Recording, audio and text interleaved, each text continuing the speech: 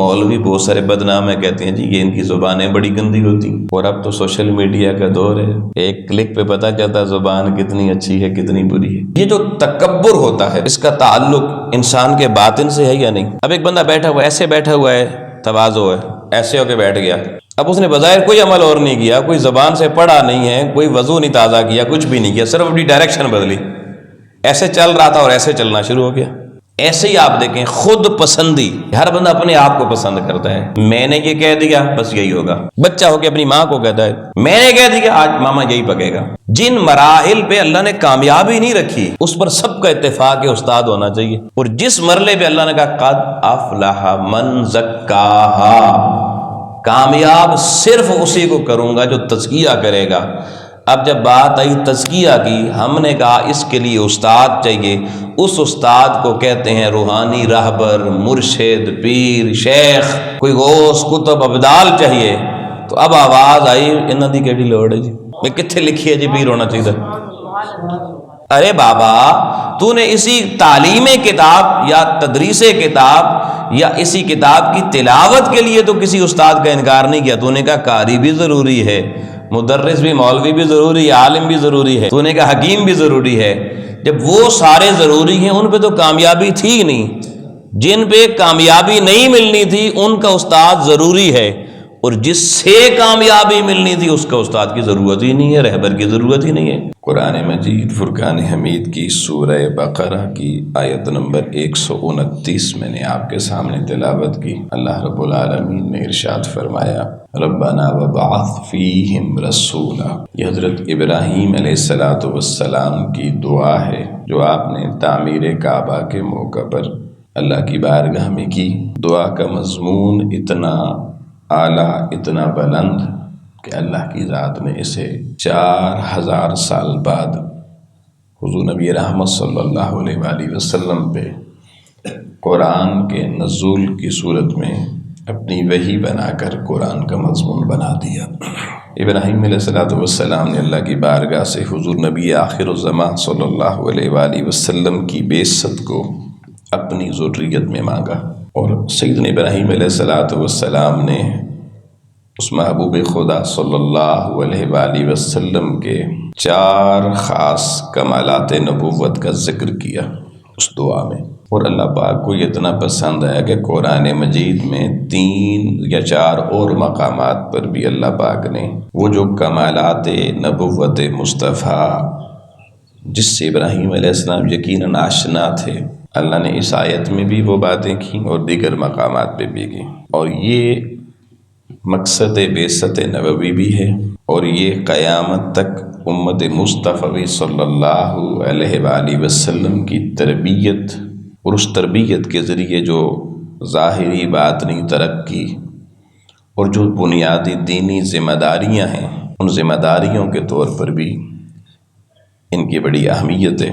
فرمایا پہلی چیز یتلو علیہم آیاتک، کہ وہ جو رسول رحمت صلی اللہ علیہ وسلم یا اللہ تو میری ذریت میں مبعوث فرمائے گا، وہ قرآن مجید کی تلاوت کریں گے، آیتیں پڑھ کے لوگوں کو سنائیں گے۔ دوسری چیز فرمایا وَيُعَلِّمْهُمُ الْكِتَابَ، کہ آیتیں سن لیں، اب ظاہری بات ہے آیتیں سمجھانی بھی ہیں، ان کی تعلیم بھی دینی ہے، تو فرمایا پھر ان آیات کی پراپر تعلیم کتاب بھی ارشاد فرمائیں گے۔ تلاوت ہو گئی، تعلیم ہو گئی، پھر فرمایا والحکمہ، پھر وہ محبوب مکرم صلی اللہ علیہ وآلہ وسلم اپنی امت کو حکمت سکھائیں گے، کیونکہ کسی کام کو پھیلانے کے لیے سب سے مؤثر طریقہ حکیمانہ ہوتا ہے۔ حکمت، تدبر اور شعور کے بغیر اگر فیصلے کیے جائیں اور دعوت کو پھیلانے کی کوشش کی جائے تو اس میں بہت بڑے نقصانات اور مضمرات بھی ہوتے ہیں۔ ان سے بچنے کے لیے حکمت اور دانش، اسی لیے فرمایا حضور علیہ السلام نے کہ حکمت مومن کی گم شدہ میراث ہے۔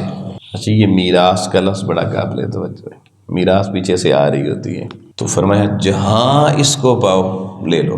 تیسرا کام یہ بتایا۔ چوتھا فرمایا وَيُزَكِّيهِمْ، اور آخری جو کام ہوگا وہ حضور نبی رحمت صلی اللہ علیہ وسلم ان کا یعنی جو ان کی امتی بنیں گے، ان کے ساتھ لوگ جو وابستہ ہو جائیں گے، وہ ان کا تزکیہ فرمائیں گے۔ یہ چار چیزیں فرما کے فرمائے انکا انت العزیز الحکیم، یا اللہ تو بڑا غالب اور بڑی حکمت والا ہے۔ احباب گرامی، یہ ایک بڑا خوبصورت زندگی میں دینی، ایمانی، روحانی تربیت اور تربیت کے مراحل ہیں جن کا ذکر یہاں پر ہے، کہ ایک طالب کو، ایک روحانی مسافر کو اپنی زندگی میں کن مراحل سے درجہ بدرجہ گزرنا ہوتا ہے۔ سب سے پہلا کام آیات کی تلاوت ہے۔ اس لیے ہمارے یہاں دیکھیں، بچپن میں جب بچہ 3-4 سال کا ہو جاتا ہے تو سب سے پہلے سوچا جاتا ہے کہ اس کو کوئی قاری صاحب کے حوالے کیا جائے تاکہ یہ قرآن مجید کی تلاوت جو اسے سکھائے۔ یہی اسلوب ہماری زندگیوں میں چلتا ہے، لیکن یہ الگ بات کہ ہم نے تلاوت سے شروع کر کے ساری زندگی تلاوت تک کی رہتے ہیں، اگلے کسی مرحلے کی طرف نہیں سفر کرتے۔ 70 سال کے ہو گئے بابا جی، پھر بھی بس ناظرہ آتا ہے پڑھنا، کوئی سمجھ بھی ہے نہیں، وہ تو نہیں ہے۔ یہ ابتدا تھی، انتہا نہیں تھی تلاوت آیات۔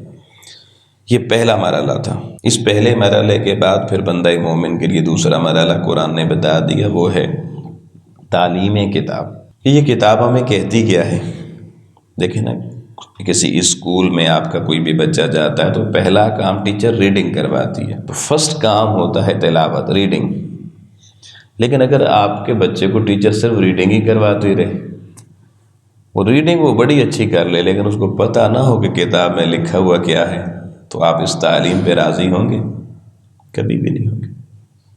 جو سودا آپ اپنے بچے کے اسکول والوں سے اپنے بچے کے بارے میں کوئی بھی پڑھا لکھا ہو یا ان پڑھا کوئی بھی نہیں کرتا، وہ سودا وہی مسلمان اپنے رب سے کر کے بیٹھا ہوا ہے۔ Just reading. قرآن مجید نے بتا دیا کہ پہلا سٹیپ ہے تعلیم، یہ تلاوت کتاب، ریڈنگ۔ اور سیکنڈ سٹیپ، اگلا مرحلہ کیا ہے؟ وہ ہے تعلیم کتاب۔ وہ ریڈنگ تعلیم نہیں بنتی۔ ایک بچے کو ریڈنگ آتی ہے، کوئی بھی کتاب پڑھ لیتا ہو، مگر پتہ کوئی نہ ہو کتاب میں کیا لکھا ہوا، کہ آپ کہیں گے وہ تعلیم یافتہ ہے؟ آپ کبھی بھی اس کو تعلیم یافتہ نہیں مانیں گے۔ آپ پوچھیں بھئی یہ ایپل پڑھا ہے، اس کا کیا مطلب ہوگا؟ یہ تو مجھے نہیں پتا، اتنا پتا APPLE ایپل ہوتا ہے۔ استاد بڑے سینئر بیٹھے ہوئے ہیں، عبد اللطیف صاحب، یہ جانتے ہیں کہ ایک ایک چیز آپ چاہتے ہیں کہ ہمارے بچے کو آئے، تو اللہ نے بھی یہی طریقہ بتایا کہ بھئی کتاب کی تلاوت سیکھیں، تلاوت اچھی کرنی چاہیے۔ اس کے بعد اگلا مرحلہ تعلیم کتاب کا ہے کہ کتاب کیا کہتی ہے، اس کا فہم ہمیں حاصل ہو۔ 2 باتیں ہو گئی۔ پھر فرمایا صرف تعلیم کتاب ہی ہو جائے تو آگے عقل موجود ہے، وہ تعلیم کو بھی اپنی اپنی جہتیں، اپنی اپنی ڈائریکشن دے دیتی ہیں۔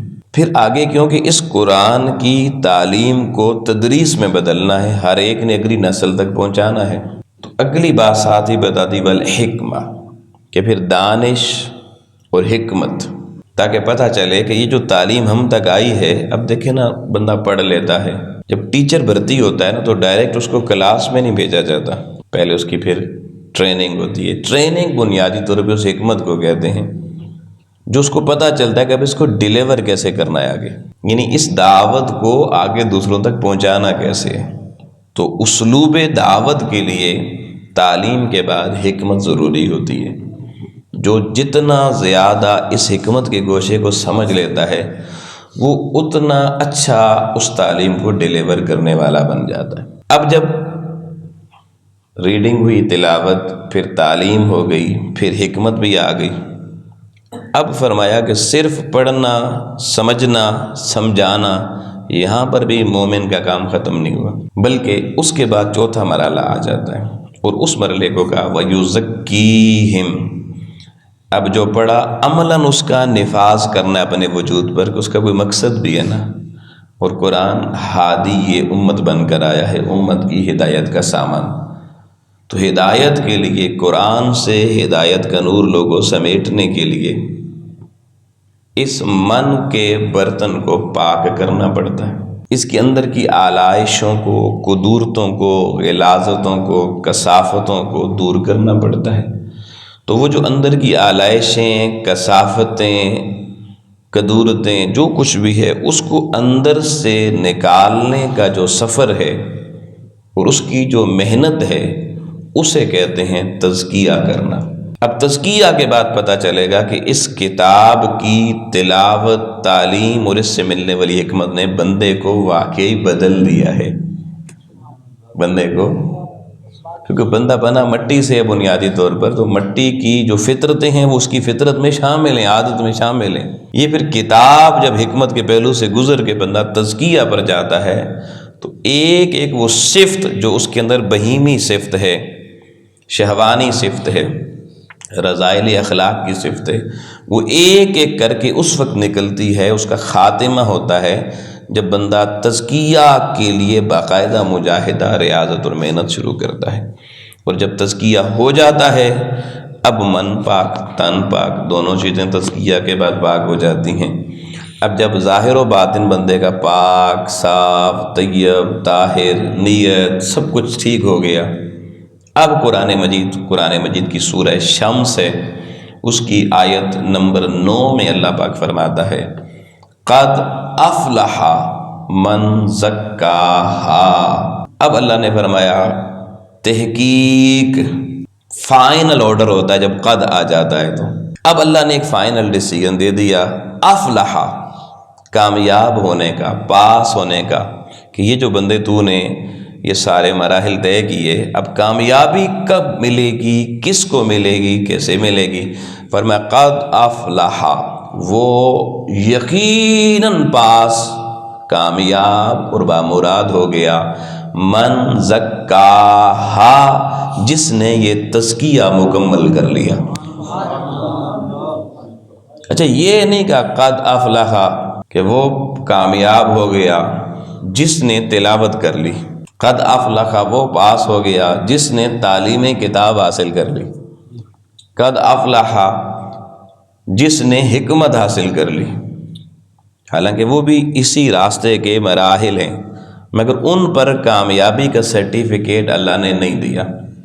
کامیابی کو نہ تلاوت کے ساتھ مشروط کیا، نہ تعلیم کتاب کے ساتھ مشروط کیا، نہ حکمت کتاب کے ساتھ مشروط کیا۔ اللہ نے قد لگا کر اس کامیابی کو کس دائرے میں لا کھڑا کیا؟ من زکاہا، فرمایا کامیاب میں اسی کو کروں گا، پاس اسی کو کروں گا، منزل پر اسی کو پہنچاؤں گا جس نے اپنا تزکیہ کر لیا ہوگا۔ وہ میں پوچھتا ہوں جو تلاوت سے آگے چلے ہی نہیں، انہیں کیا معلوم کیا خبر تزکیہ کسے کہتے ہیں؟ تزکیہ تو وہ چوتھا اور آخری منزل ہے، اور کامیابی اس کے بعد بتائی گئی۔ جو ساری زندگی صرف تلاوت تک رہا، یا کوئی مدرس بن گیا، ٹھیک ہے جی، مدرسے میں پڑھانا شروع کر دیا، تعلیم کی طرف آ گیا، آگے حکمت بھی آ گئی، لیکن اندر وہی گند میل وہی رہی، وہ کامیاب نہیں ہوگا۔ اور آسان کر دوں، بندہ تلاوت بچپن میں 4 سال کی عمر سے 7 سال کی عمر میں حافظ بن گیا، آگے چل کے علامہ بن گیا، ساری زندگی اس کی گزر گئی قرآن پڑھتے، سمجھتے، سمجھاتے، لیکن عام بندوں میں جب بھی بیٹھتا ہے گالی نکالتا ہے، عام بندوں میں جب بھی بیٹھتا ہے غیبت کرتا ہے، عام بندوں میں جب بھی بیٹھتا ہے ایسے پھنکاریں مار کے تکبر کا اظہار کرتا ہے، لوگوں میں بیٹھ کے، برادری میں، گھر میں، بچوں میں سامنے بیٹھ کے اپنی خود پسندی کا اظہار کرتا ہے، تعصب، انانیت، کینہ، بغض، تکبر، اس طرح کی ہر رذائل کا اظہار اس کی شخصیت میں ہوتا ہے۔ تو کیوں ہوتا ہے بھائی؟ ساری زندگی قرآن تو پڑھ رہا ہے، بلکہ مولوی بہت سارے بدنام ہیں، کہتے ہیں جی یہ ان کی زبانیں بڑی گندی ہوتی ہیں، اور اب تو سوشل میڈیا کا دور ہے، ایک کلک پہ پتہ چلتا زبان کتنی اچھی ہے کتنی بری ہے۔ تو مولانا ساری زندگی حدیث پڑھاتے رہے، قرآن پڑھاتے رہے، زبان صحیح کیوں نہیں ہوئی؟ زبان تو صحیح تب ہوتی جب اندر سے زبان کو ٹھیک کرنے والا جو گند، جو رکاوٹ بنا ہوا تھا وہ باہر نکل جاتا، وہ تو نکالنا تھا، تزکیہ نہیں۔ جب تزکیہ کے مسافر نہیں بنے، تزکیہ ہوا نہیں، گند اندر گندا رہا، اللہ نے کہا جس کا من گندا ہو وہ بھلے ساری زندگی تلاوتیں کریں، حدیثیں پڑھے کچھ بھی کرے، اس کے لیے میں کامیابی کے سرٹیفکیٹ کا اجرا نہیں کرتا، کامیابی اسی کو دوں گا تلاوت میں بھلے کمزور ہی کیوں نہ ہو، تعلیم میں بھلے کمزور ہی کیوں نہ ہو، حکمت میں بھلے کمزور ہی کیوں نہ ہو۔ میں نے ان پیپروں میں پاسنگ کا معیار نہیں رکھا، پاس ہونے کا معیار بنایا تزکیہ کو، قد افلح من زکاہا، بس جس نے محنت کر کے تزکیہ کر لیا، باقیوں میں کمزور بھی رہا، کوئی بات نہیں، اللہ اسے کامیابی کا سرٹیفکیٹ عطا فرما دے۔ باقی چیزیں چھوڑنی نہیں، ان کی اہمیت اپنی جگہ پہ، لیکن کامیابی کو مشروط کیا اللہ نے تزکیہ کے ساتھ۔ یہی بات سورہ اعلیٰ اس کی آیت نمبر 14 میں کی، قد افلح من تزکا۔ اب جب قرآن مجید نے دو ٹوک لفظوں میں کامیابی کا ایک جو پیٹرن اور اسلوب ہے اور کامیابی کیسے ملے گی، اس کو فائنلی ہمیں بتا دیا، سمجھا دیا، ریپیٹ کر دیا، اب پھر بھی ہم اگر مغالطے میں رہیں، نہیں بخشے جائیں گے جی۔ اب اگر کوئی یہ کہتا ہے کہ میں بخشا جاؤں گا بغیر تزکیے کے، یہ رائے ہے مخلوق کی، اور خالق کی رائے کیا ہے کہ قد افلح، صرف وہی پاس ہوگا، کامیاب ہوگا، من زکاہا۔ تو بتائیں فیصلے مخلوق کی رائے پر ہوں گے یا خالق کی رائے پر ہوں گے؟ جی جو ہم بہک جاتے ہیں، پھسل جاتے ہیں، اور کسی علم سے بھی محروم، حکمت سے بھی محروم، صرف چرب زبانی والے ملا کے پاس بیٹھ جاتے ہیں، اور اس کی کسی بات پہ بس ہم ذہن بنا لیتے ہیں، بھئی یہ بندہ کہہ رہے یار کوئی گل دے ہوئے گی، کوئی کہتا ہے اچھی فلانی بات کہہ دو تو سیدھا جنت میں، کوئی کہتا تھا، کسی نے یہ بھی کہا تھا بم اپنے جسم کے ساتھ باندھو، مجمع کے اندر جا کے دھماکہ خودکش کرو، سیدھا ادھر دھماکے کی آواز ہوگی، ادھر جنت کی حوریں دکھائی دیں گی۔ اس طرح کے تو فلسفے بہت سے آئے، لیکن اس طرح کے فلسفوں سے سقراط، بقراط، افلاطون کے سارے فلسفے بھی اکٹھے کر لیں، فلسفوں سے کوئی جنت میں نہ جا گیا ہے نہ جائے گا۔ جنت میں جانے کے لیے اتھارٹی یہی کتاب بتا رہی ہے، اور کتاب نے دو ٹوک اعلان کر دیا، قد افلح من زکاہا۔ اور دوستان محترم، تحریک منہاج القرآن کی بنیاد جب سے پڑی، حضور شیخ الاسلام نے پہلا کام، جتنے بابے بیٹھے ہیں سب جانتے ہیں، آپ نے تلاوت کے مرحلے پر بھی ہمارے اوپر محنت نہیں کی، تعلیم پر بھی محنت بعد میں کی، حکمت بھی سکھائی بعد میں، سارے محنتیں بعد میں، مگر سب سے پہلے آپ نے اپنے ورکرز، اپنے رفقا، اپنے چاہنے والوں، محبت کرنے والوں کو شہر شہر جا کے ماہانہ بنیادوں پہ جو درس دیا، جو محنت کروائی ذکر و فکر کی صورت میں، شب بیداریوں کی صورت میں، اس کا مقصود فقط اور فقط تزکیہ نفس تھا۔ یہ جو قرآن نے چارٹر دیا نا کامیابیوں کا، اس کو پریکٹیکلی میرے قائد نے اپنی فکر کی ابتدا ہی عملاً یہاں سے کی، اور ہمیں بتا دیا کہ بھئی یہ پیٹرن ہے۔ ہم نے اسی پیٹرن کو، اب میرے قائد نے تو ساری زندگی یہ کام نہیں کرنا نا، بہت سے اور بھی کام کرنے تھے، تو آؤ دوستان محترم، ہم نے اسی اسلوب کو آج دوبارہ پھر سے اجاگر اور زندہ کرنے کے لیے، اور اپنی نسل کو اور اپنے آنے والے ورکرز کو، رفقا کو، اپنی دعوت قبول کرنے والوں کو، ان کی کامیابی سب سے پہلے مد نظر منہاج القرآن کی ان کی آخرت کی کامیابی ہے، اور اس کامیابی کا دار و مدار ہے تزکیہ پر، اور تزکیہ کے لیے روحانی مجالس ضروری ہیں، جن سے ہمیں یہ فہم ملے کہ ہمیں اس کے لیے کیا کرنا ہے۔ بس اسی مقصد کو پانے کے لیے یہ ماہانہ محفل ذکر و فکر یا شب بیداری، اس کا اہتمام کیا جاتا ہے، اس لیے اس کی اہمیت کو مد نظر رکھیں۔ اب آپ توجہ سے کچھ باتیں سماعت کریں گے تزکیہ کے لیے، تاکہ کوئی گراؤنڈ ہماری بن جائے۔ آپ یہ دیکھیں، شریعت میں ایک ظاہری شریعت کے آداب و ضوابط ہیں، جن کے مسائل اسی قرآن میں، حضور کی حدیث میں موجود ہیں، اور ظاہری شریعت میں دو بنیادی چیزیں ہوتی ہیں، ایک کو ہم کہتے ہیں اوامر، ایک کو کہتے ہیں نواہی، امر بالمعروف و نہی عن المنکر۔ لیکن جو علماء جس امر بالمعروف اور نہی عن المنکر کو، یا بھی آج تو یہ سیاسی بھی نعرہ بنا ہوا ہے، وہ کوئی بھی ہو، ہمیں اس سے اختلاف نہیں ہے، امر بالمعروف ہر مسلمان پہ لازم ہے، نہی عن المنکر ہر مسلمان پہ لازم ہے، مگر اس کا دائرہ کار کیا ہے ظاہری شریعت میں؟ امر بالمعروف کسی سے پوچھیں جی کیا ہے، وہ کہے گا جی کسی کو نماز کی تلقین کرنا، روزے کی تلقین کرنا، زکوٰۃ کی کرنا، حج کی کرنا، تلاوت، تسبیح، ذکر، فکر، سچ بولنا، دوسروں کے حقوق کا خیال رکھنا، بھئی یہ ساری چیزیں یہ اوامر میں آتی ہیں، امر بالمعروف میں آتی ہیں۔ تو پھر نواہی کی، اچھا یہ جو اوامر ہیں ان کا کرنا فرض ہوتا ہے، واجب ہوتا ہے، لازم ہوتا ہے، اور ان کو چھوڑنا حرام اور ان کو چھوڑنا بہت بڑا گناہ ہوتا ہے۔ اس کے مقابلے میں پھر کچھ نواہی ہیں جن کو شریعت نے منع کر دیا، بھئی یہ نہیں کرنا۔ ظاہری شریعت کی بھی میں بات کر رہا ہوں، ظاہر شریعت میں بہت سی چیزیں ہمیں منع کی گئی ہیں، بھئی یہ کام ہم نے نہیں کرنے۔ مثلا شریعت کہتی ہے تکبر نہیں کرنا، اکڑنا نہیں ہے کہیں پر۔ شریعت کہتی ہے بھئی آپ نے جھوٹ نہیں بولنا، آپ نے جھگڑا نہیں کرنا، آپ نے غصہ نہیں کرنا۔ یہ سارے شریعت کے ظاہری پہلو ہیں، کسی کو گالی نہیں دینی، کسی کا مذاق نہیں اڑانا، یہ سارے ہیں حرمات، حرام چیزیں ہیں جن سے شریعت نے منع کر دیا۔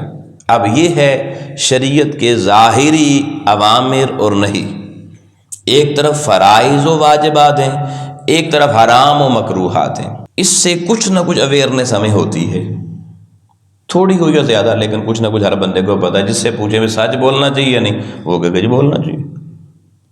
نماز پڑھنی چاہیے نہیں، وہ کہے گا جی ضرور پڑھنی چاہیے۔ یعنی اتنی چیزیں ہمیں سینسز ہیں۔ آؤ دوستان محترم، جس طرح شریعت کے یہ ظاہری فرائض و واجبات اور اوامر کے ساتھ نہیں منکرات موجود ہیں، اسی طریقے سے اس جسم کے اندر ایک باطن ہے، اس باطن میں ایک قلب ہے، اس قلب کی صفات میں بھی اوامر اور نہی دونوں چیزیں موجود ہیں، اور سملرلی ان اوامر کو کرنا بھی واجب اور فرض کے درجے میں آتا ہے، اور ان نواہی باطن کو ترک کرنا یہ بھی دین نے لازم قرار دیا ہے، اور ان کو جو اختیار کرے گا وہ حرام کے درجے میں ہوں گے۔ اب جب تک کوئی بندہ تزکیہ کا مسافر نہیں بنتا نا، اسے یہ باطن کے اوامر اور نہی کی خبر نہیں ہوتی۔ وہ جب خبر نہیں ہوگی تو اس نے کہاں سے وہ فرائض و واجبات پورے کرنے اور کہاں سے ممنوعات سے پرہیز کرنا ہے۔ اب تزکیہ سمجھنے کے لیے آپ کو باطن کے اوامر اور نہی کو سمجھنا پڑے گا۔ باطنی اوامر کیا ہے؟ آپ یہ دیکھیں، اللہ کی کوئی نعمت بھی ہمیں مل جائے تو اس پہ بتائیے شکر کرنا ہم پہ لازم ہوتا ہے یا نہیں ہوتا؟ یہ الگ بات کہ ہم نے چند نعمتیں صرف زندگی میں رکھی ہوئی ہیں ان پہ شکر ادا کرتے ہیں، سب پہ نہیں کرتے۔ نعمتیں بہت سی ہمیں ملتی ہیں، روزانہ ملتی ہیں، لیکن ہمارے یہاں کیونکہ بچہ پیدا ہو گیا تو اچھی نعمت آ گئی، چلے شکر ادا کر لو، پھر شادی ہو گئی پھر شکر ادا کر لو، نوکری لگ گئی شکر ادا کر لو۔ یہ چند ایک ہم نے زندگی میں بس شکرانے کے لیے چیزیں رکھی ہوئی ہیں، باقی عمومی ہمارا تصور شکرانے کا بہت کم رہ گیا۔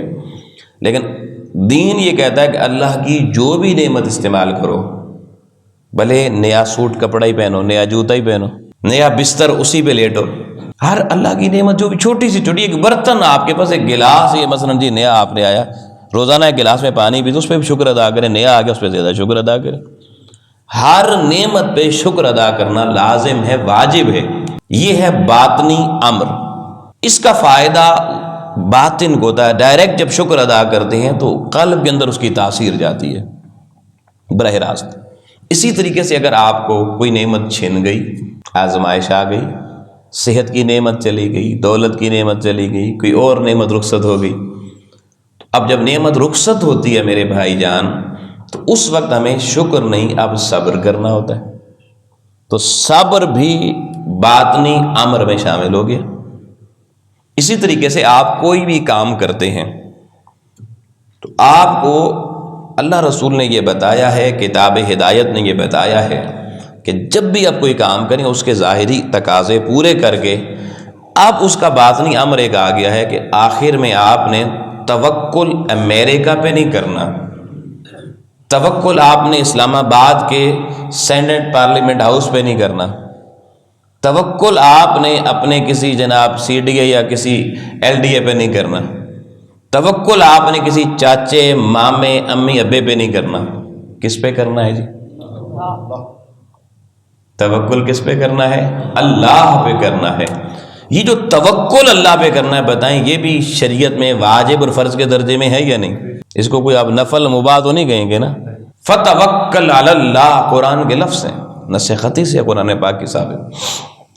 تو توکل دیکھیں یہ بھی امر ہے، لیکن آپ اس کو دین کے ارکان میں نہیں گنتے، کیونکہ ارکان میں ظاہری شریعت کے ارکان آتے ہیں، نماز روزہ حج زکوٰۃ، تو یہ باطن کے ارکان ہیں، توکل بھی فرض ہے۔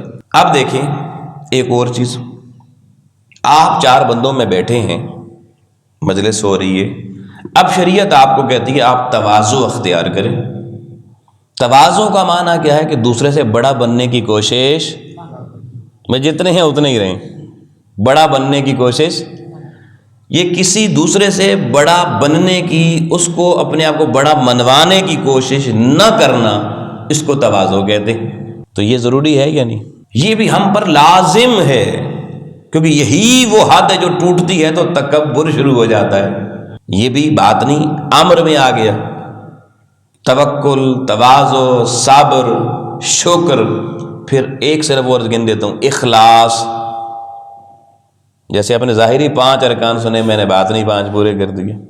اخلاص، آپ نے کوئی کام کیا، ساری چیزیں کر لی، صبر بھی کر لیا، شکر بھی کر لیا، توکل بھی کر لیا، تواضع بھی اختیار کر لی، مگر آپ کی نیت میں اخلاص نہیں ہے، اوکے جی، قبول ہوگا؟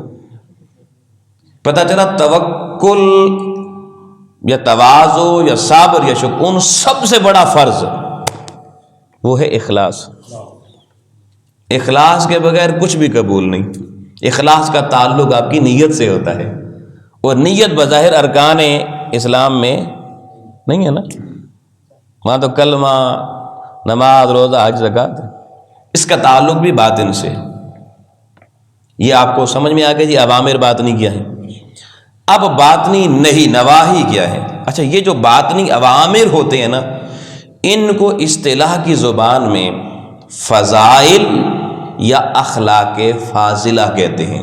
اخلاق فاضلہ، وہ جو ایک اخلاق ظاہری تھے نا، اس سے ہٹ کے یہ باطنی، ان کو اخلاق فاضلہ کہتے ہیں، اضافی قسم کے اخلاق۔ اب آ جائیں نواہی پر، جو باطن کے نواہی جن کی ممنوعات ہے، لازم ہے کہ ان سے بچنا لازم ہے، ان کو تعلی بھی کہتے ہیں، تعلی بچنے کو، اور ان کو اخلاق رذیلہ کہتے ہیں یا رذائل کہتے ہیں۔ فضائل کے مقابل نواہی کو رذائل، کیا؟ رذائل یا اخلاق رذیلہ کہتے ہیں۔ یہ کیا ہے جی؟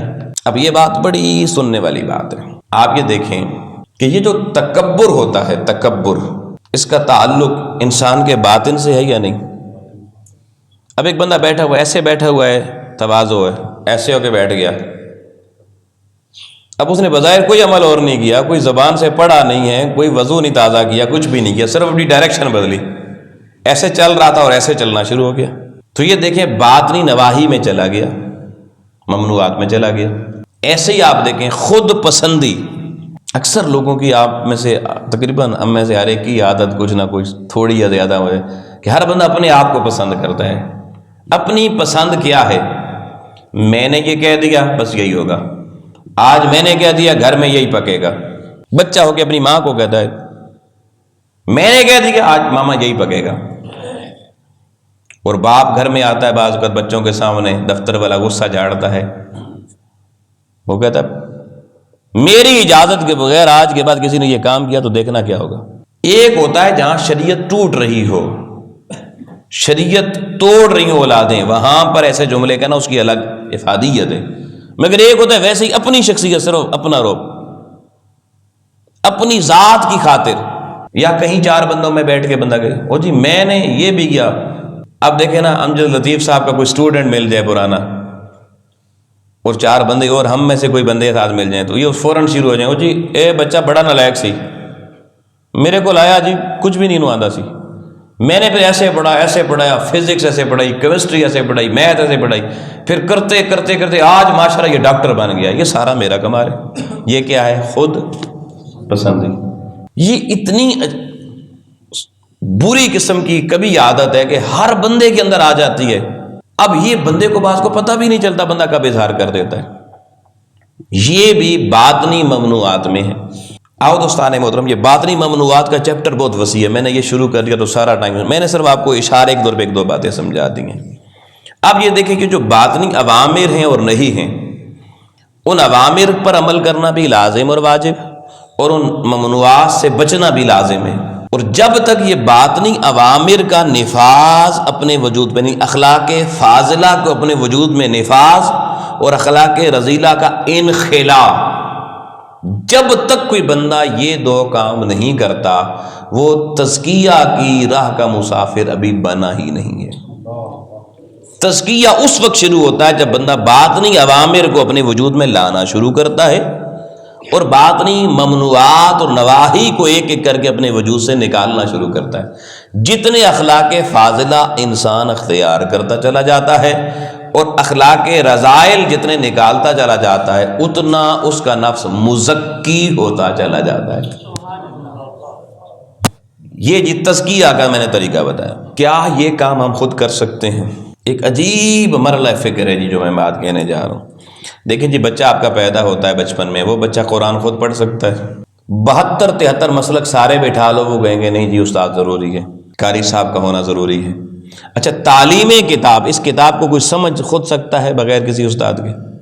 بھئی عربی کھول کے ساری زندگی بیٹھا رہے، اس کو سمجھ آئے گی؟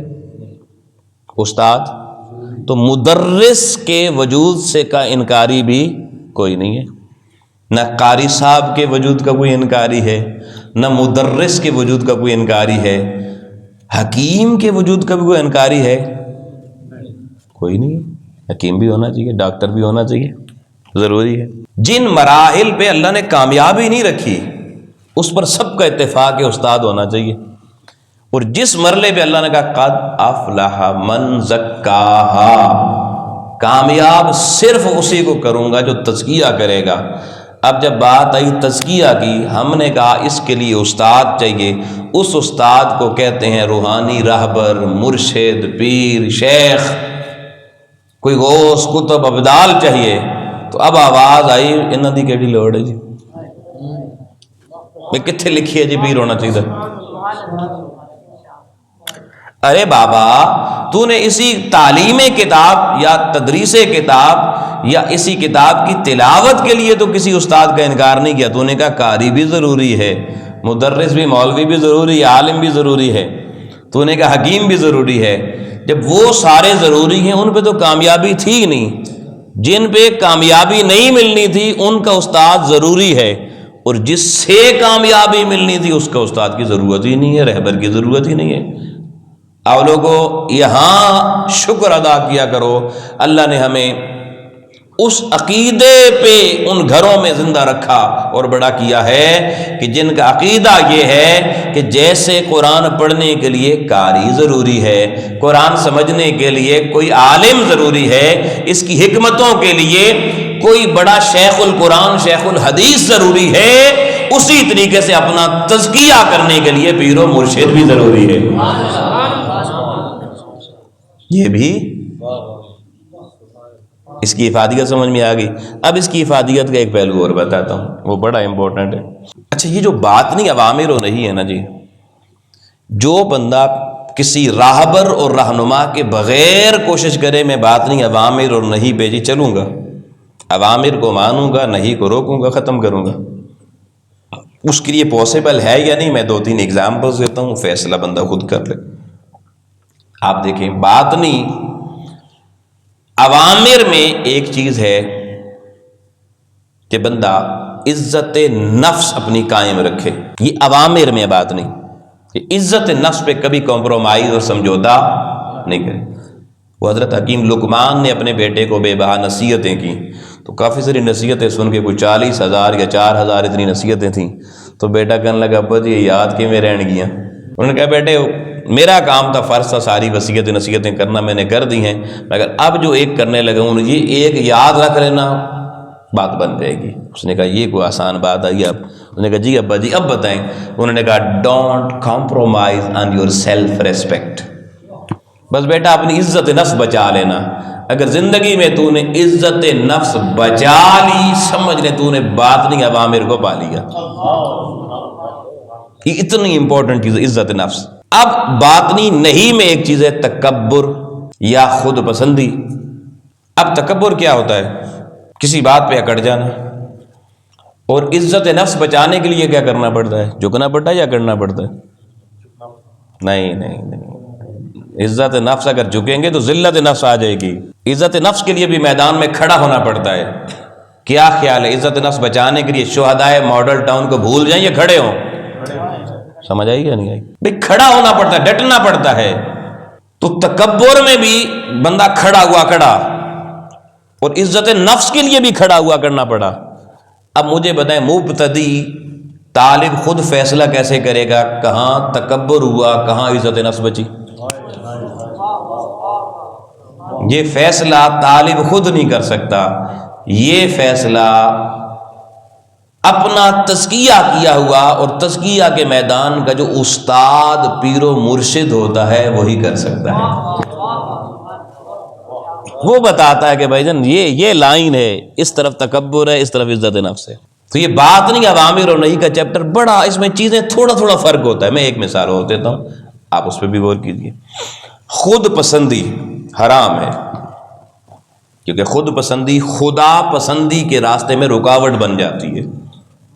اللہ کی پسند بھی اپنی پسند کو قربان کرنا پڑتا ہے، تو جو خود پسند ہو گیا وہ خدا پسند نہیں رہا۔ اب خود پسندی ہوگی حرام، تعلی، اس کو تعلی بھی کہتے ہیں حرام چیز کو۔ اور دوسری طرف تحدیث نعمت، یہ ہے حلال، یہ ہے حکم، امر میں ہے۔ فَأَمَّا بِنِعْمَتِ رَبِّكَ فَحَدِّثْ، یہ فحدث یہ تحدیث نعمت، یعنی اپنی زبان سے اللہ کی نعمت ملے اس کا پرچار کرنا۔ مجھے یہ اللہ نے دیا ہے، میرے پاس یہ کمال ہے۔ اور خود پسندی میں کیا ہوتا ہے؟ میرے پاس یہ کمال ہے۔ خود پسندی میں بھی میں ہے، اپنا کمال ہے، اور تحدیث نعمت میں بھی تو کوئی کمال ملا ہے، اللہ نے دیا، اس کا اظہار ہے۔ تو اب عام بندہ فرق کیسے کرے گا کہ کہاں خود پسندی ہو رہی ہے کہاں تحدیث نعمت ہو رہی ہے؟ یہ فرق بھی کبھی طالب خود نہیں کر سکتا، یہ فرق بھی کوئی مرشد کر کے بتا سکتا ہے۔ اس کے لیے میں ایک واقعہ سنا دیتا ہوں تاکہ آپ کو مزید سمجھ میں آ جائے۔ برے صغیر پاک و ہند کے بہت بڑے صوفی ہیں، جامع مسجد دہلی کے خطیب ہیں شاہ ولی اللہ محدث دہلوی رحمۃ اللہ علیہ۔ آپ خطبہ جمعہ ارشاد فرما رہے ہیں، سامنے تلامذہ بیٹھے ہیں، خلفاء بیٹھے ہیں، موردین بیٹھے ہوئے ہیں، اور بھی لوگ بیٹھے جمعہ کی نماز پڑھنے والے۔ تو آپ نے دوران خطبہ ایک جملہ ارشاد فرمایا۔ آپ کہنے لگے کہ میں لوگوں آپ کو جو بات بتانے جا رہا ہوں نا، یہ بات آپ نے کبھی کسی سے نہیں سنی ہوگی اور آپ کسی سے سنیں گی بھی نہیں۔ میں تحدیث سے نعمت کے طور پہ یہ بات اس لیے بتا رہا ہوں، اس کا القاء بس مجھے ہی ہوا ہے۔ اتنے جملے بول کے شاہ جی چپ کر گئے۔ اب جمعے کا خطبہ جاری ہو، خطیب چپ ہو جائے، سارے لوگ متوجہ ہو گئے، بھائی شاہ جی چپ۔ ساتھ ہی دیکھا شاہ صاحب رونا شروع ہو گئے زاروں قطار، اور پھر ساتھ ہی دیکھا کہ باواز بلند ممبر پہ بیٹھے کرے استغفر اللہ العظیم استغفر اللہ العظیم، روئے جا رہے ہیں، استغفار پڑھے جا رہے ہیں، استغفار پڑھے جا رہے ہیں۔ لوگ پریشان ہو گئے، بھائی جمعے کے خطبے میں یہ کیا شروع ہو گیا؟ ہمیں تو کوئی بات بتانے لگے تھے بڑی خاص قسم کی، یہ رونا کدھر سے بیچ میں آ گیا، یہ استغفار کیوں شروع ہو گئی؟ تو پھر مرید خلیفے انہوں نے کہا حضرت جی خطبہ جمعہ رک گیا ہے، جمعے کا ٹائم بھی ہونے والا ہے، اتنا زاروں قطار رو رہے ہیں اور استغفار پڑھ رہے ہیں، اللہ خیر کرے، ہو کیا گیا ہے؟ آئیے نوجوان دوستو سننا، حضرت قبلہ شاہ جی فرمانے لگے، بچوں مجھ سے گناہ کبیرہ ہو گیا ہے، اور کیونکہ اعلانیہ ہوا ہے تو حضور کی حدیث ہے یا قول ہے کسی بزرگ کا کہ توبۃ السر بالسر والعلانیۃ بالعلانیہ، اگر گناہ چھپ کے کرو تو توبہ بھی چھپ کے کرو، اور اگر گناہ مجلس میں کرو تو پھر توبہ بھی اعلانیہ مجلس میں کرنی پڑے گی، کیونکہ گناہ آپ کے سامنے کیا ہے تو آپ کے سامنے استغفار نہیں پڑھوں تو کیا کروں؟ کہنے لگے حضرت گناہ ہے کدھر ہمیں تو پتہ نہیں ہے. آؤ دوستان محترم اب بات آپ کو سمجھ آئے گی خود پسندی اور تحدیث نعمت کی. آپ نے کہا میں نے بات یہ کی تو مجھ سے وہ بات سنو گے جو کسی سے نہیں سنی ہوگی اور نہ کوئی دوسرا آپ سے کرے گا. یہ صرف مجھے ہی القا ہوا, یہ میری محنت ہے کہ میرے اندر یہ بات آئی ہے. فرمایا یہ خود پسندی آ گئی ہے اور میں نے نام تحدیث نعمت کا دے دیا ہے. خود پسندی کو تحدیث نعمت کا نام دینا یہ گناہ کبیرہ ہے.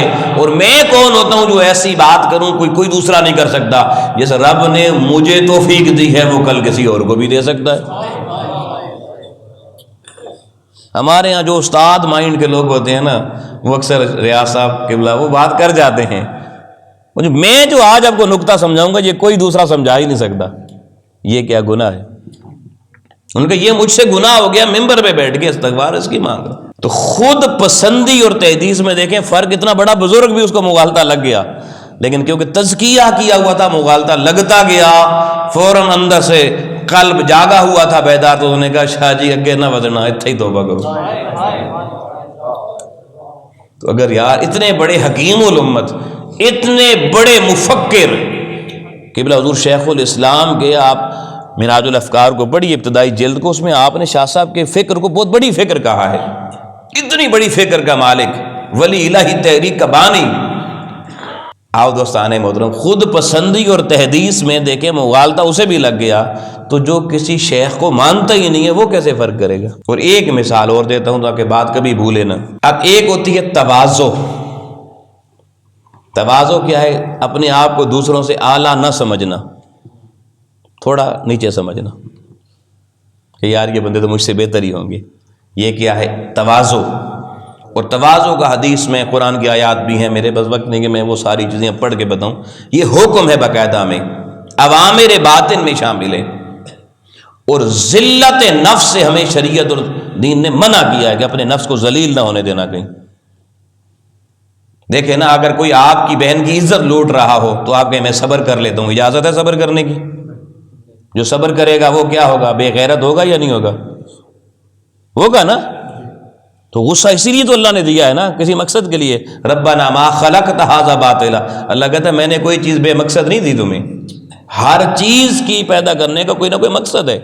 تو اپنی جان کو, اپنے نفس کو ذلیل کروانا اس کی اجازت نہیں ہے. جان بوجھ کے ذلیل کروائیں, اس کی اجازت. تو اب ذلت نفس حرام ہے اور تواضع حلال ہے. اب تواضع میں بھی نیچے آنا ہے, ذلت نفس میں بھی, دونوں میں فرق کیسے ہوگا؟ آؤ دوستان محترم, وہ محکمہ جو ان چیزوں میں باریک باریک چیزوں میں فرق حلال و حرام کے کر کے امت کو سکھاتا ہے ادھر حلال ہے ادھر حرام ہے, اس محکمے کو ہمارے یہاں محکمہ غوثیت, محکمہ قادریت, محکمہ چشتیت, محکمہ نقشبندیت اور محکمہ سہروردیت کہا جاتا ہے.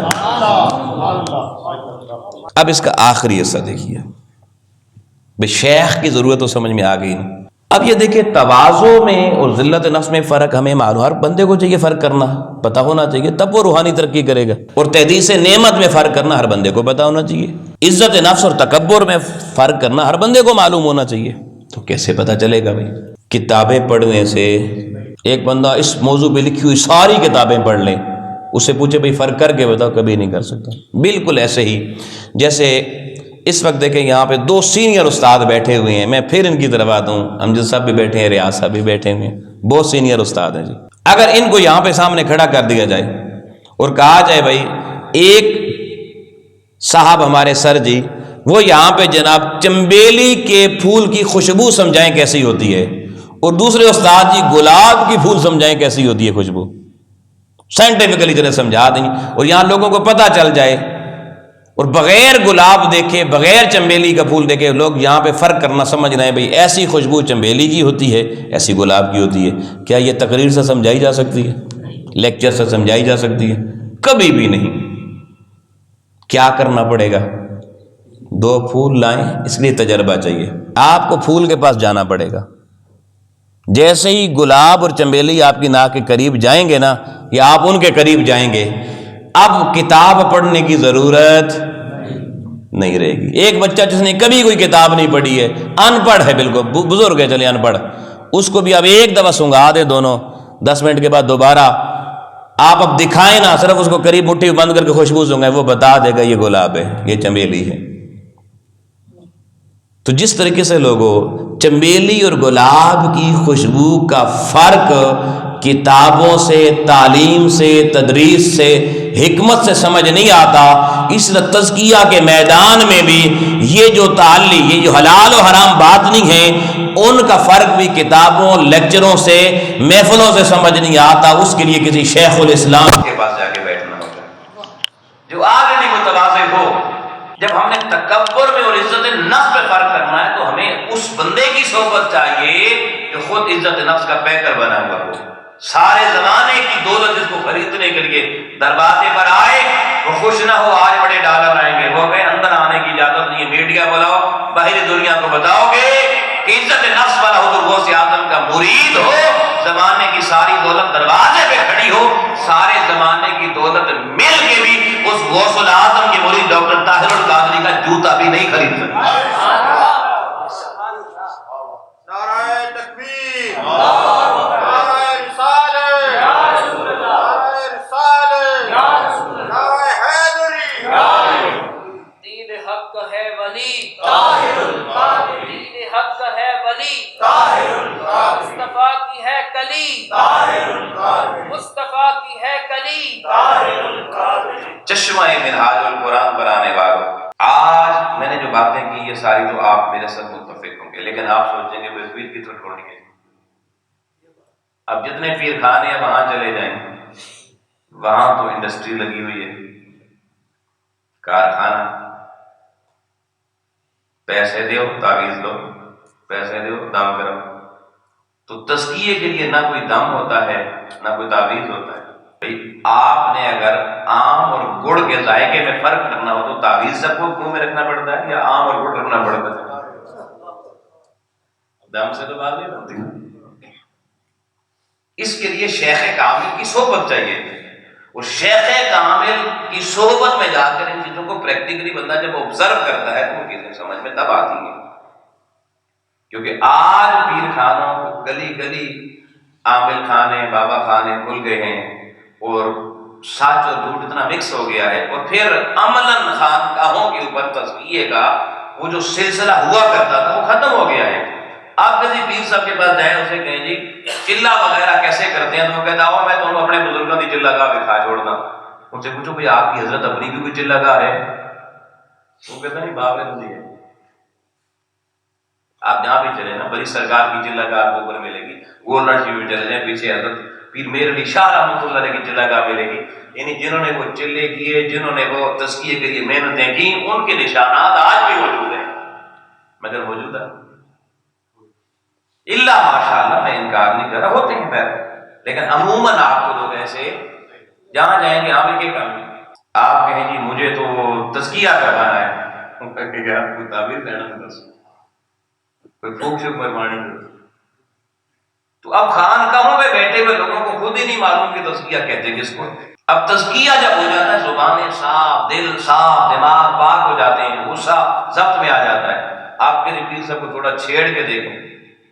ہم ایک دفعہ، میرے ساتھ دو بڑے سینئر تحریکی دوست تھے، ایک بہت بڑی گدی ہے یہاں، لیفٹ رائٹ میں نام نہیں لیتا، ان کے ایک پیر صاحب کو ملنے کے دعوت دینے کے لیے ہم نے لیاقت باغ میں 12 ربیع الاول کا پروگرام رکھا ہوا تھا۔ ہم نے وہاں جیسے ہی اپنے قرآن کا کارڈ بھیج دیا، پیر صاحب کو آپے سے کیا تھاپے سے بھی بات چلے گئے، اور وہ بد زبانی اور بد کلامی انہوں نے کی کہ یہ جتنی جو اخلاق رذیلہ، یہ بھی حیرت سے تک رہے تھے کہ آج جناب ہم بھی نیچے رہ گئے، بابا اوپر چلا گیا۔ یہ ریاض سے بیٹھے، یہ بھی ایک دفعہ بابا جی کو دعوت دینے گئے، پنڈی کے بہت بڑے بابا جی، ان کے ساتھ کیا ہوا وہ کبھی ان سے تنہائی میں پوچھئے گا۔ انہوں نے بھی کلمے میں پڑھے، آج ڈانگوں کو بچ ہی جگہ چنگا کام۔ تو جب ایسے لوگ پیر، اور بہت بڑے پیر، ان کے مریدوں سے کچھ وہ کہتے ہیں غوث کو تلے سے کدی ہے ہی نہیں نا، بزرگ کا سیٹ غوث ہوتے ہوتے نہیں، استاد الغوث، بلکہ وہ استاد الاساتذہ جس کو کہتے ہیں اس طرح۔ تو ایسے لوگوں نے کیا تزکیہ کرنا جن کو خود تزکیہ زندگی میں نصیب نہیں ہوا، بابے بن کے بوڑھے ہو گئے، ٹھیک ہے،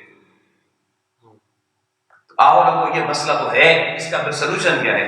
آؤ بس آخری بات یہ کہہ رہا ہوں، تحریک منہاج القرآن کے قائد استاد یہ محترم حضور شیخ الاسلام نے اس کو بھانپ لیا امت کے اندر کہ اب تو وہ پیر آ گئے ہیں جو جن کو اپنے پیر دبوانے کے لیے عورتیں چاہیے ہوتی ہیں، جو شریعت کو جتنا لتاڑے وہ اتنا بڑا پیر ہمارا کہلاتا ہے۔